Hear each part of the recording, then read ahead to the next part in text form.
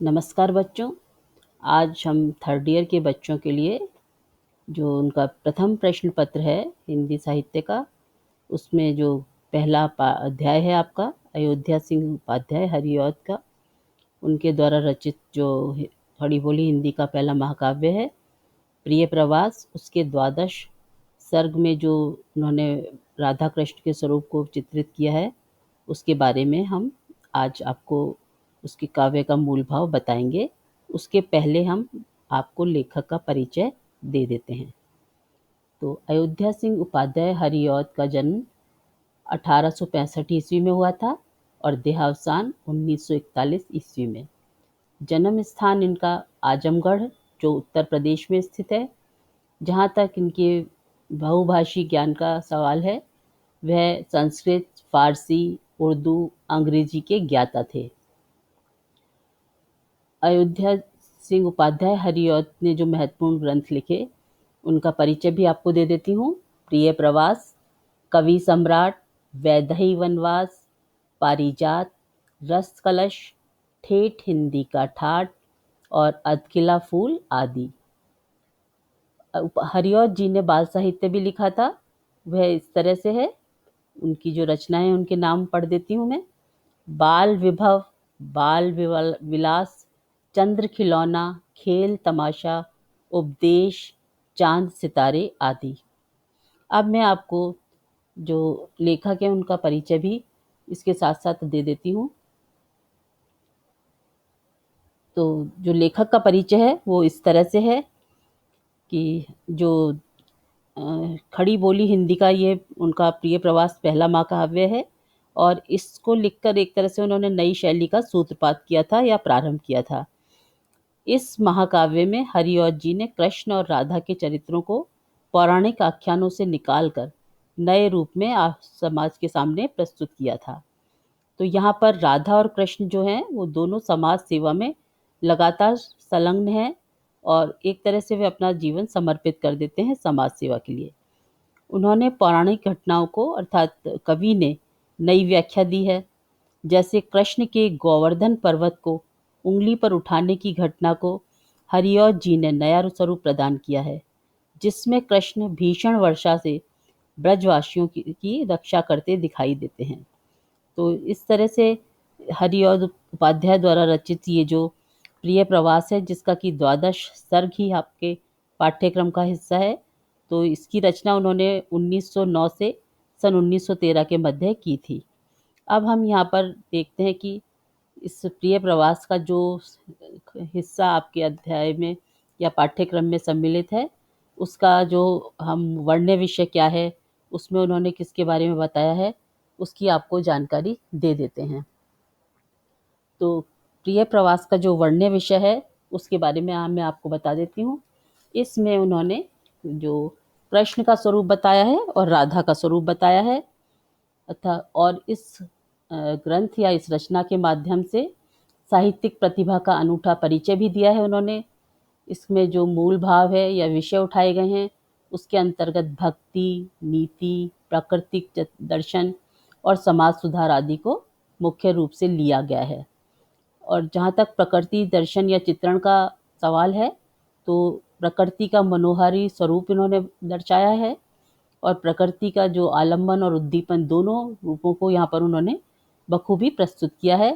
साथ ही प्रकृति का संवेदनात्मक रूप भी पाठकों से रूबरू कराया है। और इसमें अपनी रचना में उन्होंने नैतिकता, आदर्शवादिता से परिपूर्ण काव्य लिखा है, क्योंकि बच्चों आप सभी जानते हैं कि एक अच्छे समाज की नींव नैतिकता और आदर्शवादिता पर ही रखी जा सकती है और वही समाज प्रगति भी करता है जिसमें ये दोनों गुण जिसके नागरिकों में मिलते हैं। प्रिय प्रवास के माध्यम से एक तो कवि ने लोकोपकार का संदेश दिया है और राष्ट्र प्रेम और जन्मभूमि के प्रति श्रद्धा भाव रखना उस देश के नागरिकों के लिए कितना आवश्यक है, या हमारा अस्तित्व हमारी राष्ट्र प्रेम और जन्मभूमि के प्रति जो हमारा समर्पण है, श्रद्धा भाव है, उसी से दर्शाया जा सकता है। तो ये आवश्यक है देश के नागरिकों का के लिए कि वे अपने राष्ट्र से प्रेम करें, अपनी जन्मभूमि के प्रति श्रद्धा भाव को जगाए रखें। तो हम पुनः अपने वर्ण्य विषय की ओर आते हैं और उसमें बताते हैं कि जो कृष्ण का स्वरूप है, तो कवि ने कृष्ण को ब्रह्म के रूप में प्रतिष्ठित न करके महापुरुष के रूप में स्वीकारा है, और महापुरुष के रूप में अंकित करते हुए भी कृष्ण में वही अलौकिक स्फूर्ति है जो अवतारी महापुरुष में थी।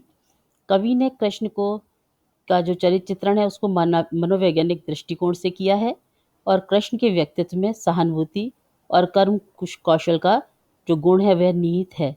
इसी तरह हम राधे का स्वरूप जो कि प्रिय प्रवास में दर्शाया है उसके बारे में भी आपको बताते हैं। तो कृष्ण के चरित्र की तरह राधा के चरित्र में भी नवीनता है। उसमें विरह की विकलता नहीं है, यानी राधा में, और व्यथा की गंभीरता है। राधा ने कृष्ण के कर्मयोगी को हृदयंगम किया है, अर्थात हृदय से स्वीकार किया है। और इस तरह से हम देखते हैं कि जो प्रिय प्रवास है उसमें परिवार और समाज के प्रिय कृष्ण का जो वियोग रूप भी दिखाया है, वह भी उनको समाज के प्रति या देश के प्रति उनके जो नैतिक उत्तरदायित्व हैं उसका निर्वाह करते हुए उन्हें दिखाया है। तो यहाँ पर हम देखते हैं कि जो वर्ण्य विषय था उसमें किस तरह से उन्होंने करा है। तो ये जो प्रिय प्रवास है, कवि की काव्य साधना और जन मंगल की भावना से पूरित काव्य है। और जैसा भी मैंने बताया कि इसमें भक्ति, नीति, प्रकृति दर्शन और समाज सुधार आदि विषय को मुख्य रूप से उठाया गया है। तत्कालीन समाज की स्थितियों और परिस्थितियों को जांचा है और उसके हेतु सुधारात्मक स्वरूप को अपनी कविता में संजोया है या प्रस्तुत किया है। और हरिऔध जी ने रूढ़ियों और अंधविश्वासों को समाज में कोई स्थान नहीं दिया है, और कवि का जो दृष्टिकोण है वह सुधारवादी है। उन्होंने प्रिय प्रवास में कृष्ण को एक महान नेता और एक लोकप्रिय युग पुरुष के रूप में अंकित किया है। इस महाकाव्य में जो नायिका है यानी राधा, वह भी लोक सेविका के रूप में उभर कर काव्यानुरागियों के समक्ष आई है। वह अपने प्रिय के सर्वथा अनुकूल लोकोपकार में लगी रहती है, जनसेविका है एवं देशभक्त नारी या एक भारतीय आदर्श नारी के रूप में प्रस्तुत की गई है। वह जो राधा है वो अपने प्राचीन स्वरूप से, जो उसका स्वरूप माना गया पौराणिक कथाओं में, उससे अब बिल्कुल अलग है।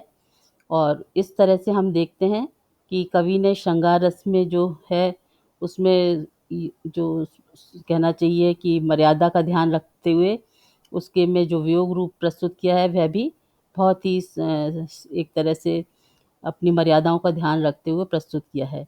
तो इस तरह से हम देखते हैं कि जो इसका विवरणीय विषय था उसमें किस तरह से उन्होंने साहित्यिक प्रतिभा को उभारा है, या भक्ति, नीति, दर्शन को किस तरह से प्रस्तुत किया है, और साहित्य का जो मूल विषय या उभर कर सामने आता है वह आप अब तक समझ गए होंगे बच्चों। नैतिकता, आदर्शवादिता, लोकोपकार, राष्ट्र प्रेम, जन्मभूमि, इन सबको उन्होंने अपने प्रिय प्रवास का मूल आधार बनाया है। अब हम इसी क्रम में आगे बढ़ते हैं और हम देखते हैं कि इस के अतिरिक्त जो इस काव्य की विशेषता है वह कवि ने किस तरह से प्रस्तुत की हैं। तो यहाँ पर हम देखते हैं कि रस निरूपण और भाषा शैली के माध्यम से देखते हैं कि कवि ने क्या परिवर्तन किए हैं या किस तरह से उन्हें प्रस्तुत किया है। तो जो भाषा शैली है उसमें हम रस निरूपण की बात भी करेंगे, और अलंकारों की बात भी करेंगे, और छंद विधान की बात भी करेंगे। तो जो हरिऔध जी उपाध्याय की जो काव्य यात्रा थी उसमें सबसे पहले वो ब्रजभाषा और खड़ी बोली को दोनों को ही स्थान देते थे, और उनके काव्य में अलंकार योजना बड़ी ही सशक्त एवं भावों के अनुकूल रही है। उनके काव्य में हम देखते हैं कि शब्दालंकार और अर्थालंकार दोनों ही पर्याप्त मात्रा में पाए गए हैं, और शब्दालंकारों की अपेक्षा अर्थालंकारों को अधिक उन्होंने मार्मिक और प्रभाव उत्पादक तरीके से प्रस्तुत करने में सफलता पाई है। और अलंकारों ने काव्य में चारुता एवं प्रभाव उत्पादकता उत्पन्न की है। हम सभी जानते हैं कि जो अलंकार हैं वो काव्य की शोभा में वृद्धि करने का एक महत्वपूर्ण साधन है। तो अलंकारों के बिना जो काव्य है वह एक तरह से सौंदर्य विहीन माना जाता है, परंतु उनका सप्रयास प्रयोग भी उचित नहीं होता है। अतः हम देखते हैं कि प्रिय प्रवास में अलंकारों का सुंदर तरीके से प्रयोग किया गया है। अब हम इनके छंद विधान की बात करते हैं। तो जो छंद विधान की दृष्टि से हम देखते हैं कि प्रिय प्रवास में एक विविधता आ गई है और प्रिय प्रवास का छंद विधान अनोखा है, उत्तम है। और यहाँ पर जो छंदों का प्रयोग किया गया है वे दुरत, विलंबित, मदाक्रांता छंद इत्यादियों का बहुत ही सफल प्रयोग किया गया है। प्रिय प्रवास की जो भाषा शैली है उसके बारे में हम बात करें तो प्रिय प्रवास में संस्कृत निष्ठ शब्दावली के साथ साथ आम बोलचाल की भाषा का प्रयोग भी मिलता है और ये खड़ी बोली हिंदी का पहला महाकाव्य होने का इसे गौरव प्राप्त है। तो इस तरह से हम देखते हैं कि जो प्रिय प्रवास उपाध्याय जो द्वारा रचित था उसमें अगर हम थोड़ा सा चरित्रांकन की बात भी कर लेते हैं, उसके बारे में आपसे चर्चा करना ज़रूर है और आवश्यक भी है। तो एक सच्चे कवि होने के साथ साथ जो कवि है यानी हरिऔध जी, उन्होंने मानव की अनुभूति के सिद्धांत के भी वो एक तरह से पारखी थे, जानकार थे और उन्होंने पात्रों को लोक हितकारी और आदर्श रूप में ही प्रस्तुत करने का प्रयास किया है।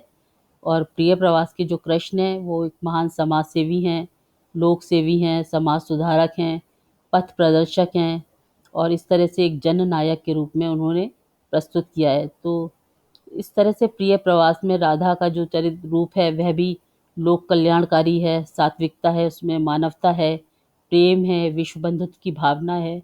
ये सब चीज़ें हमें राधा के चरित्र में दिखाई देती हैं और वह जो राधा का चरित्र है वो निर्मल है एकदम, देश, जाति और विश्व प्रेमिका के रूप में अलंकृत हुआ है उसका चरित्र। तो इस तरह से ये हिंदी साहित्य के लिए एक गौरव की बात भी है।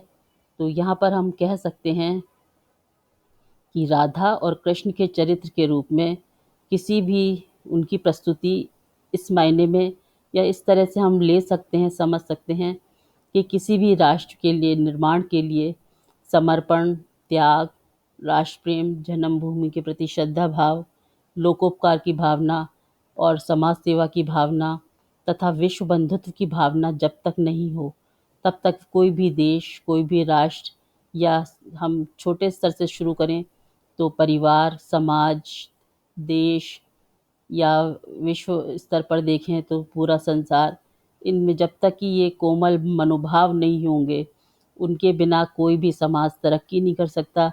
क्योंकि जो मनुष्य होने के नाते ये बहुत आवश्यक है कि हम दूसरे के दुख को देखकर द्रवित हों और समाज तभी प्रगति कर सकता है जब उसमें नकारात्मकता नहीं हो।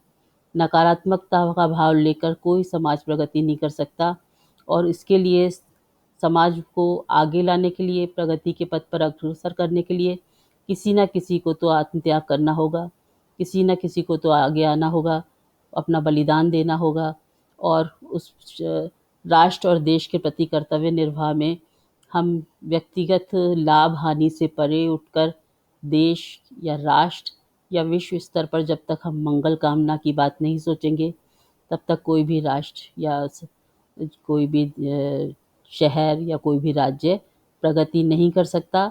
और हम हमेशा से देखते आए हैं कि समाज को अंधकार से निकालने के लिए कोई ना कोई चरित्र या कोई ना कोई मसीहा हर युग में आगे आता रहा है और देश को आगे ले जाने का बीड़ा उठाता रहा है।